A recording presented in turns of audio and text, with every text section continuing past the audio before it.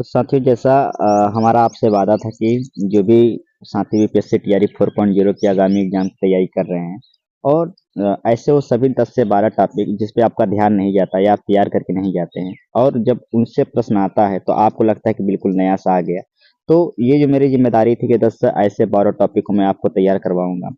तो उसी संबंध में एक आज उसका दूसरा पार्ट 2 है, पत्र लेखन से रिलेटेड। मैं दिखाया था अभी आपको भी कल किस तरीके से टीआई 3.0 में से संबंधित पत्र लेखन से संबंधित प्रश्न आए हुए थे। तो उसी का आज पार्ट 2 है। मैं पिछला पार्ट 1 इसका पत्र लेखन का मैं आपको करा चुका हूँ, प्लेलिस्ट में आप जाके देख लीजिएगा। आज उसका पार्ट 2 है, बिल्कुल शॉर्ट में रहने वाला चीज़ है वो। और ये अगर आज कल वाला वो आज वाला क्लास देख लेंगे तो यकीन करिए आपका पत्र लेखन से जो भी 2 प्रश्न आएगा वो आपसे आसानी से बन जाएगा और ये आपके लिए प्लस पॉइंट हो, क्योंकि जो सरल प्रश्न होते हैं वो लगभग सभी बच्चों का आता है। वही बच्चे खटाप से आगे निकल जाते हैं जो बच्चे वो चीजें भी पढ़कर जाते हैं जो बाकी बच्चे पढ़कर नहीं आए होते हैं। तो ठीक उसी से संबंधित आज चीजें हम इसको थोड़ा कंटिन्यू करेंगे। आइए थोड़ा चलते हैं वीडियो पे। तो साथियों, अब मैंने सारी चीजें पढ़ा ही दिया था। आज हम बात करेंगे संक्षेपण को लेकर। संक्षेपण क्या है, इससे रिलेटेड एक ही प्रश्न आया था, आप देखेंगे इससे रिलेटेड एक प्रश्न आपका श्योर था आया था, इस बार भी श्योर आएगा। तो संक्षेपण क्या होता है थोड़ा इसके बारे में थोड़ा समझते हैं। इसमें लिखा है किसी विस्तृत विवरण, कहानी, लेख, वक्तव्य, शोध प्रबंध, निबंध या निर्देशों के ऐसे संयोजन को संक्षेपण कहते हैं। यानी मान लेते मैंने कोई कहानी लिखा जो होगा लगभग मान लेते हैं कि 300-400 पेज की कहानी लिखा, या मैंने कोई लेख लिखा, या मैंने कोई वक्तव्य जारी किया, मैंने कोई शोध रिसर्च पेपर कोई हमने लिखा, या कोई मैं किसी भी तथ्य के बारे में, किसी भी कहानी उपन्यास के बारे में, किसी भी घटना के बारे में मैंने बहुत विस्तृत से चीजें को लिखा, बिल्कुल विस्तृत से। अब मैं बोलूँगा इसको संक्षेप में बताइए, तो आप 300 पेज को मुश्किल से 2 से 3 पेज में बता दिए, 2 पेज को मुश्किल से आप आधा पन्ना में बता दिए। तो इसी को यानी किसी भी विवरण घटना को जो विस्तृत में उसका वर्णन हुआ हो उसको संक्षेप में लिखना, इसी को बोला जाता है संक्षेपण। इसके टेक्निकल टर्म को आप थोड़ा समझ लीजिए। तो संक्षेपण हमको उम्मीद आपको समझ में आ गया होगा। तो अब एक चीज आप यहाँ पे थोड़ा समझने की कोशिश करेंगे, यानी जिसमें मुख्य विचारों, तर्कों आदि को संक्षिप्त क्रमबद्ध रूप में लिखा गया हो उसे संक्षेपण कहते हैं। संक्षेपण क्या होता है, एक स्वतः पूर्ण रचना है जिसकी संरचना भी निबंध जैसी ही होती है। यानी एक स्वतः पूर्ण रचना होती है, यानी किसी भी आप विचार को पढ़े उसके बाद आप उसको शॉर्ट में लिखना, ये तो यानी ये स्वतंत्र होती है, यानी इससे संबंध नहीं होता। और डॉक्टर वासुदेव नंदन प्रसाद जी जो है इसके बारे में क्या कहते थे कि संक्षेपण जो होता है किसी बड़े ग्रंथ का संक्षिप्त संस्करण होता है। बड़ी मूर्ति का लघु अंकन और बड़े चित्र का छोटा चित्रण। जैसे कि एक बड़ा चित्र बना दो और उससे हमको आप बिल्कुल चित्र बना लेकिन छोटा चित्र बना दिए, तो यही होता है। यानी बड़ी मूर्ति का बड़ा लघु अंकन या बड़े चित्र का छोटा चित्र, इस तरीके उदाहरण समझाए हैं। यानी किसी भी बड़े ग्रंथ का संक्षिप्त संस्करण ही वासुदेवानंद जी जो थे उन्होंने इसका इस तरीके से डेफिनेशन दिया था। संक्षेपण की आवश्यकता कहाँ पड़ती है, कार्यालय में, वाणिज्य में, पत्रकारिता में आदि क्षेत्रों में पड़ती है। मान लेते कोई घटना हुई, इतना लंबा सा घटना हुई, ढेर सारी उसमें बातें हैं, अब इसको शॉर्ट में पेपर में लिखना, इसको बोला जाता है संक्षेपण। तो आपका पत्रकारिता में भी इसका प्रयोग किया जाता है, वाणिज्य व्यापार में भी, कार्यालय में भी, आदि जगह इसका किया जाता है। अब यहाँ से जो प्रश्न आते हैं इसको आप बिल्कुल एक एक पॉइंट अच्छे से रख लीजिएगा। पहला आता है कि संक्षेपण जो होता है स्वतः पूर्ण होना चाहिए। संक्षेपण करते समय इस बात का ध्यान अवश्य रखना चाहिए कि लेख का मूल भाव नष्ट न हो। यानी जो भी आप संक्षेपण जिस भी कहानी का कर रहे हैं इसको शॉर्ट में लिख रहे हैं, ध्यान दीजिए कि जो इसमें मूल बातें हैं उसको इसमें आप जरूर समझिए। यानी घटना किसी दूसरे संबंध में है और आप जब वर्णन करें तो कोई दूसरा संबंध उसमें आप जो है उससे कोई दूसरा संबंध हो गया। तो इस तरीके से जो उसकी मूल बात है, जो मूल भाव है, लेखक मूल भाव है, ये नष्ट नहीं न होना पाए। दूसरी सबसे जरूरी बात यह होती है कि जब भी संक्षेपण का एक प्रधान गुण ये होता है कि संक्षेपण सामान्यतः मूल पाठ की 1/3, इसको जरूर रट लीजिए, 1/3 शब्दों में होना चाहिए। मान लेते मैंने जो है 90 लाइन में कुछ लिखा या 90 अक्षर 90 शब्दों में लिखा, तो आप जब इसका 90 मान लेते 90 पेज में या 90 लाइन में लिखा, तो आप इसको जब भी संक्षेप करेंगे तो 90 का 1/3 यानी इसको जो है आप 30 लाइन में लिखेंगे। 90 लाइन की चीजें 30 लाइन में लिखेंगे, यानी कितना संक्षिप्त बनाएंगे, बस 30 लाइन में बस, ठीक। यानी 1/3 शब्दों में जो है होना चाहिए। यानी अगर 90 शब्द है तो आपका जो है क्या कितना शब्द होना चाहिए, 30 शब्द में हो जाना चाहिए। तो ये दूसरा इसका नेचर आप याद रख लीजिए। तीसरा जो सबसे जरूरी बात है, संक्षेपण की भाषा जो होती है सरल और परिष्कृत होनी चाहिए। यानी जो भाषा आप लिखे हो सरल होना चाहिए, शुद्ध होना चाहिए, जिसमें समास बहुल एवं अलंकृत भाषा के प्रयोग से बचना चाहिए। याद रखना ये सबसे इंपॉर्टेंट, जब आप किसी चीज को संक्षेप में लिखे तो आप कठिन शब्दों का प्रयोग ना करें। संक्षेपण में भाव और भाषा की शुद्धता होनी चाहिए। ये कुछ नेचर है जो आपको याद रखना बड़ा जरूरी है। अगर आगे हम बात करेंगे संक्षेपण से रिलेटेड, तो ये है कि अर्थात भाव मूल संदर्भ के अनुकूल एवं भाव व्याकरण के अनुसार होना चाहिए। संक्षेपण की भाषा में प्रवाह एवं क्रमबद्धता होनी चाहिए। ऐसा नहीं कि आप कोई लाइन घटना यहाँ से, फिर दूसरी लाइन तीसरी घटना, चौथी लाइन पचई घटना, इस तरीके पूरा एक लाइन जो घटना क्रम, जो जो घटना का जो समय काल है उसके क्रम के अनुसार ही आपको घटना के बारे में लिखना चाहिए। कुछ और नियम जान लेते हैं संक्षेपण से संबंधित। कि संक्षेपण के दौरान कुछ महत्वपूर्ण बिंदुओं का ध्यान में रखना चाहिए। पहला कि संक्षेपण करते समय सर्वप्रथम मूल पाठ या विषय वस्तु को एकाधिकार बार ध्यानपूर्वक पढ़ लें। जब भी आप किसी भी सारांश का संक्षेप में लिखना चाहें तो इस सारांश को एक से ज्यादा बार आपको पढ़ लेना चाहिए, जिसमें मूल पाठ का भावार्थ समझ में आ जाएगा। और हमें तब तक संक्षेपण लिखना प्रारंभ नहीं करना चाहिए जब तक कि मूल विषय का भावार्थ समझ, जब तक आप जिस कहानी का आप संक्षेप बनाना चाहते हैं, जिस भी घटना का संक्षिप्त वर्णन करना चाहते हैं, तो जब तक उसका मूल भाव न समझ में आए तब तक आपको संक्षिप्तता उसका नहीं लिखना चाहिए। दूसरी सबसे जरूरी बात, मूल पाठ को पढ़ने के बाद महत्वपूर्ण शब्दों, वाक्यों तथा वाक्य खंडों को रेखांकित कर लिया जाना चाहिए। रेखांकित करते समय इस बात पर विशेष ध्यान देना चाहिए कि मूल विषय संबंधित कोई महत्वपूर्ण अंश छूट नहीं पाए। जब भी आप मान लेते हैं कोई घटना पढ़ रहे हैं जिसका आपको संक्षिप्त करना है, तो मान लेते कोई वहां पे एक फैक्ट आ गया कि बताइए इनका जन्म जो है 2 अक्टूबर 1869 या 1869 को हुआ था, इनके पिता का नाम मोहनदास था, ये यहाँ पे पढ़ने गए थे। तो जो फैक्ट चीजें हो, जो फैक्ट तथ्य वाली बातें हो, इसको अंडरलाइन कर ली ताकि जो संक्षिप्त करें उसको वो बातें जरूर आप उसमें शामिल कर सकें। ये रही बात। तो अगला है कि रेखांकन के बाद मूल पाठ में व्यक्त किए गए विचारों, भाव तथा तथ्यों को क्रमबद्ध कर लेना चाहिए। जब भी आप मूल पाठ से आप संक्षिप्त करें तो जो उसमें भाव है या तथ्य है उसको क्रमबद्ध कर लेना चाहिए। मूल पाठ के 1/3 शब्दों में संक्षेपण करना चाहिए, जो मैं आपको पहले बता दिया। इसमें संक्षेपक को अपनी ओर से कोई भी तर्क वितर्क करने तक किसी अतिरिक्त अंश को जोड़ने की अनुमति नहीं होती। यानी जो मूल पाठ हो, मूल भाग हो, अपने से आप यहाँ पे कोई संक्षिप्त करते समय कोई अपनी बात नहीं जोड़ेंगे, ना अपना कोई भाव या अर्थ जोड़ेंगे। जो उसमें है बिल्कुल उसी अर्थ को समझते हुए, उसी भाव को समझते हुए आप उसको संक्षिप्त का रूप देंगे। अगला, संक्षेपण को अंतिम रूप प्रदान करने से पहले रेखांकित वाक्यों के आधार पर उसका कच्चा रूप तैयार कर लेना चाहिए और भली भांति यह देख लेना चाहिए कि सभी महत्वपूर्ण भाव संकलित उसमें हो चुका है या नहीं। तो एक बार आप जब भी संक्षिप्त करें तो एक बार ऐसे ही आप लिख लीजिए और फिर एक बार पढ़ लीजिए कि आप सभी चीजें उसमें शामिल है, नहीं शामिल है। अगर देख लीजिए सभी चीजें शामिल है तो उसे फिर संक्षिप्तता तो वो फाइनल आपका प्रिंट होगा, अगर नहीं होगा तो फिर उसमें कुछ सुधार कर सकते हैं। ये इनके कहने का मतलब है। छठवां सबसे बड़ी बात कि जब भी इन सभी क्रियाओं के बाद संक्षेपण के भाव और विचारों के अनुरूप एक संक्षिप्त शीर्षक देना चाहिए। शीर्षक लघु और कम से कम शब्दों वाला होना चाहिए। यानी शीर्षक क्या होता है? शीर्षक क्या होता है? टाइटल। क्या होता है? टाइटल। जब भी आप संक्षिप्त कर दें उस घटना को, तो उस घटना को आप अपने से कुछ टाइटल दे दीजिए। मान लेते कोई लोमड़ी और कौवे के बारे में है, तो अब कुछ कहानी लालच संबंधी तो बोल देना कि तो शीर्षक ऐसे लिखते हैं कि लोमड़ी का लालच या लालच। इस तरीके से शॉर्ट जो शीर्षक होना चाहिए वो कम से कम शब्दों का होना चाहिए तथा लघु होना। शॉर्ट में शीर्षक है उसकी टाइटल, उस कहानी का नाम या उस घटना का नाम विस्तृत वर्णन कर देना चाहिए। अब अगला हम बात करेंगे पल्लवन क्या होता है। पल्लवन, तो पल्लवन क्या होता है कि इसे विस्तारण, ध्यान दीजिए क्या होता है, इसे विस्तारण या भाव विस्तारण एवं भाव पल्लवन आदि के नाम से भी जाना जाता है। थोड़ा पल्लवन के बारे में थोड़ा सा शॉर्ट में सोचते हैं। यह क्या होता है? यह देखिए होता क्या था, संक्षेपण क्या था समझिए। संक्षेपण क्या था आप समझिए। संक्षेपण यह था कि कोई विस्तृत घटना या वर्णन या कोई कहानी उपन्यास है, इसको शॉर्ट फॉर्म में लिखना, ये संक्षेपण कहलाता था। और जस्ट इसका अपोजिट पल्लवन कहलाएगा। पल्लवन क्या कहलाएगा कि कोई मान लेते हैं शॉर्ट में आपको समरी दे दिया जाए, इसको फिर विस्तृत से इसका वर्णन करना। यानी जस्ट उल्टा, संक्षेपण का जस्ट उल्टा कि शॉर्ट में कोई संक्षिप्त में कोई समरी है, कोई सारांश है, इसको फिर आप जो है इसको एकदम विस्तृत से इसका वर्णन करना, ये आपका कहलाता है पल्लवन कहलाएगा। ठीक है, ये बात रही। और भाव पल्लवन का अर्थ है कि किसी भाव का विस्तार करना। कोई भाव है, कोई एक छोटी सी लाइन, इसका विस्तार करना।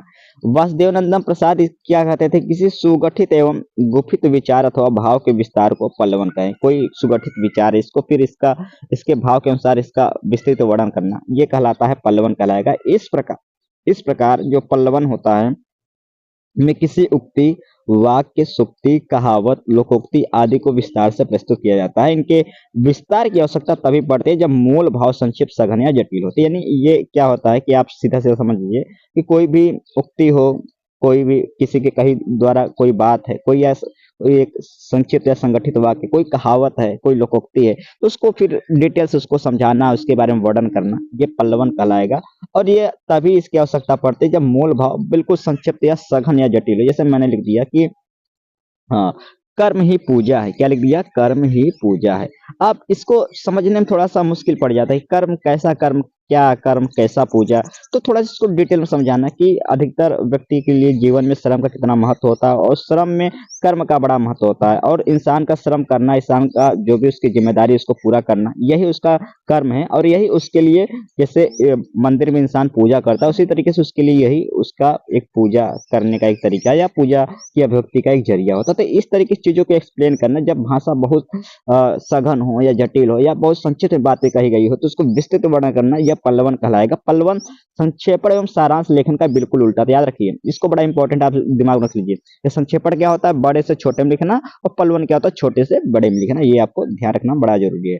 पल्लवन के भी कुछ नियम होते हैं, जैसे संक्षिप्त के नियम होते हैं कि पल्लवन से पूर्व मूल अवतरण के वाक्य, लोकोक्ति लोकोक्ति, कहावत एवं सूक्ति को अच्छी तरीके से पढ़ना चाहिए, और उसके बाद संपूर्ण भाव को अच्छे से समझना। यानी जो भी आप समझे, तो पहले उस जो उक्ति दी गई हो या वाक्य दिया गया हो या लोकोक्ति या कहावत दी गई हो, उसको अच्छे से समझिए, उसके बाद ही उसका एक्सप्लेन करिए। भावार्थ को समझने के बाद मूल विचार संबंधित गौड़ विचार या भाव को समझने की चेष्टा करनी चाहिए। जब तक उसके पहले उसके मूल भाव समझने किस बारे में है, उसके बारे में उसका वर्णन करना चाहिए।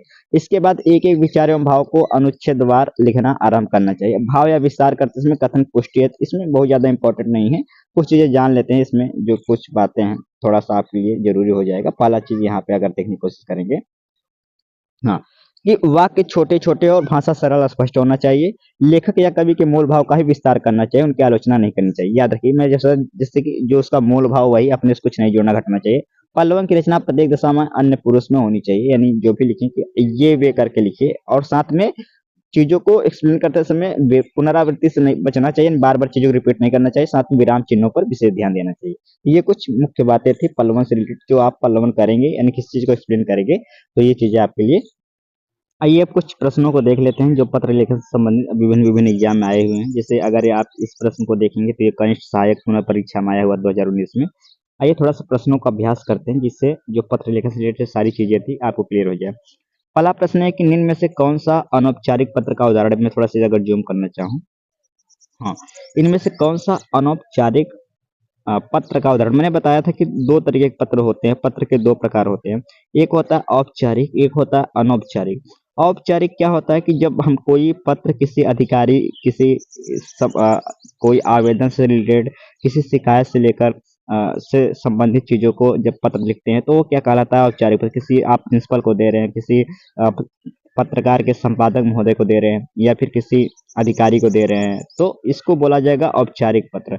अनौपचारिक क्या पत्र होता है? जब हम कोई ऐसा पत्र जब किसी अपने व्यक्तिगत किसी अपने किसी परिजन को देते हैं, माता को, पिता को, प्रिय को, या फिर किसी दोस्त को, या फिर किसी सगे संबंधी को, तो ऐसे पत्र को बोला जाएगा अनौपचारिक। तो अनौपचारिक पत्र, इसमें से आपको थोड़ा सा समझना है कि अनौपचारिक पत्र का उदाहरण इसमें से कौन है? प्रधानाचार्य को 2 दिनों के अवकाश के लिए प्रार्थना प्रार्थना पत्र, ये तो औपचारिक पत्र हो गया।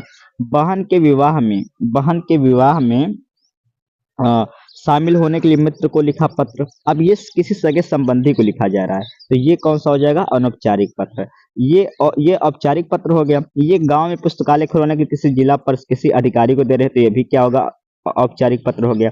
मोहल्ले में बिजली की समस्या किसी अधिकारी को दे रहे थे, ये भी औपचारिक हो गया। ये देख रहे किसी सगे संबंधी यानी मित्र को पत्र लिख रहा है, तो ये हमारी कौन सी हो जाएगी? अनौपचारिक पत्र हो जाएगा। इसको इस तरीके से पहचानते हैं। अगला प्रश्न आ गया दूसरा, कि जो है छोटे संबंधियों को पत्र में संबोधन में क्या लिखते हैं? जब किसी छोटे क्या कहते हैं कि अपने से छोटे किसी को पत्र लिखा जाएगा, तो संबोधन में क्या लिखते हैं? तो परम पूज्य हमेशा बड़ों को लिखा जाता है, बड़ों के लिए। पूजनीय हमेशा बड़ों के लिए यूज किया जाता है। हितैषी हमेशा बड़ों के लिए यूज किया जाता है। जो चिरंजीवी शब्द का प्रयोग होता है, हमेशा अपने से छोटों के लिए संबोधन के लिए प्रयोग किया जाता है। ये कुछ शब्द होते हैं, आपको पहचान लेना बेहद जरूरी होता है। अगला ऐसे आ गया कि निम्न में से कौन सा कार्यालय आदेश के मूल गुण नहीं है? तो याद रखिए, जब भी हम किसी कार्यालयी आदेश के लिए, जब किसी कार्यालय के द्वारा कोई आदेश अपने कनिष्ठ अधिकारी को प्रेषित किया जाता है या उसके बारे में कहा जाता है, तो हमेशा जो भाषा होना चाहिए, नपा तोला होना चाहिए। ये कौन सा आदेश मूल गुण नहीं है? तो याद रखिए कि इसमें और ये निर्व्यक्तिक होना चाहिए, यानी उस व्यक्ति को टारगेट करते हुए नहीं चलना चाहिए। तो कौन सा बाहरी भीतरी बातें, ये सभी इसमें इसका मूल गुण नहीं होना चाहिए, यानी आप ऐसी बात उसमें ना लिखो जो कोई अंदरूनी बातें हो जो सभी अधिकारियों को पता चल जाए, तो इस तरीके से आपको नहीं लिखना चाहिए। साथ में अगर अगले प्रश्न की हम बात करेंगे, चौथा, चौथा क्या है कि आयकर से माफी एवं पूर्ण मुक्ति के लिए किससे प्रार्थना पत्र लिखेंगे? तो आयकर अधिकारी से। आयकर से संबंधित किससे पत्र लिखते हैं? हम आयकर अधिकारी को लिखते हैं। संपादक अधिकारी किससे लिखते हैं? न्यूज़पेपर से रिलेटेड, ये भी न्यूज़पेपर से रिलेटेड। और ये किसी प्रशासनिक अधिकारी, डीएम हुआ, एसडीएम हुआ, इसको लिखते हैं इस तरीके से। आगे प्रश्न है कि जैसे यदि हमको मुख्य बिजली के बल्बों के ऑर्डर के निरस्तीकरण की सूचना देना है, तो बिजली से संबंधित जो भी चीजें होती है ये किसको देते हैं? संभरक। संभरक क्या बोलते हैं? संभरक। जो भी आपूर्ति विभाग होता है कि बिजली के खंभे का एस्टीमेट तैयार करना, ट्रांसफार्मर का एस्टीमेट, पैसा वगैरह तैयार करना, तो उसे संभरक बोला जाता है। क्या बोला जाता है? संभरक बोला जाता है। ये आपको याद रखना जरूरी है। कुछ और प्रश्न ले लेते हैं इसमें, जिससे किया गया कार्यालयी आदेश किसके लिए निकाले गए आदेशों की सूचना है। कार्यालय द्वारा किसके लिए आदेश है? तो देखिए, जब कोई बड़ा कार्यालय होता है तो ये अपने मंत्रालय की, मान लेते पीएम है, तो पीएम का जो पीएमओ ऑफिस है, जो प्रधानमंत्री का मुख्य कार्यालय, उसके द्वारा अपने सभी मंत्रालय को, चाहे शिक्षा विभाग हो गया, चाहे विद्युत विभाग हो, चाहे निर्माण विभाग हो गया, तो स्वास्थ्य विभाग हो गया, सभी मंत्रालय के लिए इस तरीके का आदेश पारित होता है, तो सभी मंत्रालय के लिए भी निकाला जाता है। साथ में जितने भी अनुभव से जुड़े उसमें लोग होते हैं उनके भी निकाला जाता है। संबंध विभाग, जितने भी उससे संबंधित विभाग है सबके निकाला। इसमें आंसर क्या होगा कि सभी विकल्प सही है। अगला प्रश्न आ गया, सभी अपने कार्यालय से अनुभव प्रमाण पत्र लेने के लिए किससे आवेदन पत्र लिखेंगे? आप किसी ऑफिस में कार्य करते थे, अब उसको छोड़ रहे हैं, तो आप एक्सपीरियंस सर्टिफिकेट लेने के लिए किससे फोन करेंगे? तो आप किससे फोन करेंगे, या फिर किससे संपर्क करेंगे? व्यवस्थापक महोदय को। क्योंकि व्यवस्थापक महोदय जो, संस्थापक महोदय जो उस कार्यालय का जो है स्थापना किया हो, या फिर उस कंपनी का स्थापना किया, तो ऐसा नहीं कि उस संस्थापक महोदय के पास आप जाएंगे कि आप रिलायंस में काम कर रहे हैं तो सर्टिफिकेट लेना, तो अंबानी के पास पत्र लिखेंगे, ऐसा तो है नहीं। तो आपको जो है, जो उसका व्यवस्थापक मैनेजर होता है उसके पास आप जो है पत्र लिखेंगे। अगला आ गया, औपचारिक पत्र में इनमें से कौन सा विकल्प नहीं होगा? तो जो भी हम औपचारिक पत्र यानी अधिकारी को पत्र लिखते हैं, तो उसमें अभिवादन का यूज नहीं करते, ऐसा नहीं लिखते कि पूजनीय परम, ये सभी चीजें उनको नहीं लिखते, तो ये सभी बातें याद है। दैनिक जागरण में संवाददाता पद के लिए किसे आवेदन पत्र लिखेंगे? यदि आप वहां पे चाहते हैं कि आप भी वहां पे क्या कहते हैं रिपोर्टर बने, तो आप किसे पत्र लिखेंगे? तो वहां पे जो संपादक महोदय होता है उसको आप पत्र, जो संपादित करता है क्या कहते हैं समाचार को, उसको आप पत्र लिखेंगे। अगला है कि बस स्टैंड के पास आवारा लड़कों के व्यवहार को बताते हुए उनके खिलाफ छेड़खानी के विरुद्ध एफआईआर दर्ज कराने के लिए किसे आवेदन पत्र लिखेंगे? यानी कोई लड़की है जिसके साथ किसी बस स्टैंड पे उसके साथ बुरा व्यवहार हो रहा है बच्चों लड़कों के द्वारा, तो वो लड़की किसे लेटर लिखेगी? जो भी वहाँ का नजदीकी थाना है तो उसके थाना अध्यक्ष को जो है अपना पत्र लिखेगी। अगला है व्यवसाय संबंधी पत्र में संबोधन क्या होगा? अगर हम किसी व्यवसाय जो होता है अपने से बराबर के लोगों में होता है, तो ये अपने से बराबर लोगों के लिए हमेशा कौन सा प्रयोग करते हैं? महोदय। कौन सा यूज करेंगे? महोदय। तो महोदय शब्द के लिए अभिवादन के रूप में हम प्रयोग करेंगे। अर्धशासकीय पत्र के संदर्भ में कौन सा कथन गलत है? जो अर्धशासकीय पत्र होता है उसके बारे में क्या गलत है? तो देखिए, जो अर्धशासकीय पत्र होता है, आप एक चीज को बड़ा ध्यान से पढ़ लीजिए कि इसका स्वरूप व्यक्तिगत पत्रों के समान। अर्धशासकीय पत्र क्या होता है कि मान लेते किसी आप अधिकारी को ही दे रहे हैं, किसी अपने ही समान अधिकारी को दे रहे हैं, लेकिन उससे आपका कुछ व्यक्तिगत संबंध पहले से भी जुड़ा है, तो ऐसे पत्र को बोला जाएगा अर्धशासकीय। तो ऐसे पत्र में हमेशा जो भी लिखा जाएगा, तो वो उसका जो पत्र का स्वरूप होगा व्यक्तिगत पत्र के समान ही रहता है, क्योंकि आप उसे पहले से जानते हैं, या फिर आपके समान ही उस अधिकारी का पोस्ट है। साथ में औपचारिक शब्दों से आरंभ करने की आवश्यकता इसमें नहीं होती, आप क्योंकि आप उसे जानते हैं तो आप नॉर्मली बात भी उससे शुरू कर सकते हैं। साथ में इसमें समान स्तर के अधिकारी के साथ ही ऐसा पत्र का व्यवहार होता है, तो ये होता है। तो कौन सा कथन सही नहीं होगा? वह अन्य पुरुष में नहीं लिखा जाता है, बल्कि आप करके लिखा जाता है उसमें। ठीक, तो ये सबसे इम्पोर्टेंट है कि संक्षेपण मूल पाठ में कितने क्रम शब्दों में लिखना चाहिए? तो कम से कम एक तिहाई में, मैं बता दिया था पहले कि एक तिहाई में लिखना चाहिए। माता पिता द्वारा जब पुत्र को पत्र लिखा जाता है तो अभिवादन के लिए क्या लिखा जाता है? शुभ आशीर्वाद। हाँ, जाहिर सी बात है कि माता पिता अपने बच्चों को आशीर्वाद ही देंगे, प्रणाम तो करेंगे नहीं, अपने बच्चों को प्रणाम तो करेंगे, नमस्कार तो करेंगे नहीं, तो शुभ आशीर्वाद माता पिता द्वारा लिखा जाता है। अधिसूचना प्रकाशित होती है तो हमेशा सरकारी गजट, जो नोटिफिकेशन जारी होता है, सरकारी गजट जो होता है, राजपत्र जिसको बोलते हैं, सरकारी राजपत्र, उसमें जारी होता है इस तरीके से। अगला कुछ और प्रश्न ले लेंगे जल्दी जल्दी। तो कौन सा कार्यालयी पत्र नहीं है, कौन सा कार्यालयी पत्र नहीं है? तो निमंत्रण पत्र जो होता है ये कार्यालयी पत्र नहीं होता, किसी निमंत्रण देने कार्यालय में थोड़ी दे देते हैं। तो ये प्रार्थना पत्र कार्यालयी होता है, संपादक के नाम होता है, प्रेस विज्ञप्ति, लेकिन निमंत्रण पत्र कार्यालयी पत्र नहीं होता, इसको आप याद रखिए। अगला, कार्यालयी आदेश सदैव प्रेषित जो किया जाता है, तो ये प्रेषित हमेशा जो कार्यालय द्वारा आदेश दिया जाता है, हमेशा वरिष्ठ अधिकारी द्वारा जो उससे निम्न अधिकारी होता है उसको जो है यहाँ पे प्रेषित किया जाता है। ऐसे कुछ और अगर हम ले लेंगे, किसी राजपत्रित अधिकारी की नियुक्ति, पदोन्नति, अवकाश, स्वीकृति और उसके स्थानांतरण की सूचना को राजपत्र प्रकाशित करने के लिए किस पत्र का प्रयोग किया जाता है? तो हमेशा याद रखिए कि जब भी ऐसी किसी भी क्या कहते हैं बड़े अधिकारी द्वारा कोई अगर सूचना देना होता है तो वो किससे देता है? हमेशा अधिसूचना उसको बोलते हैं। क्या बोलते हैं? नोटिफिकेशन बोलते हैं।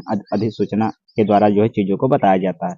साथ में अगर कुछ और प्रश्न लेंगे कि व्यक्तिगत पत्र से के संबंध में असत्य कौन है? व्यक्तिगत पत्र हमेशा जो होता है इन पत्रों में जो है कह रहा है कि सरलता और अपनी कुशलता के समाचार होते हैं। बिल्कुल, व्यक्तिगत पत्र में क्या होता है, बिल्कुल भाषा सरल होती है और उसमें कुशलता के समाचार होता है, आप कैसे हैं, ठीक है कि अच्छे हैं, ये सही है।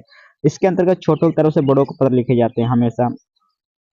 इसके अंतर्गत छोटों की तरफ से बड़ों को पत्र लिखे जाते हैं। असत्य कौन सा? गलत है ना।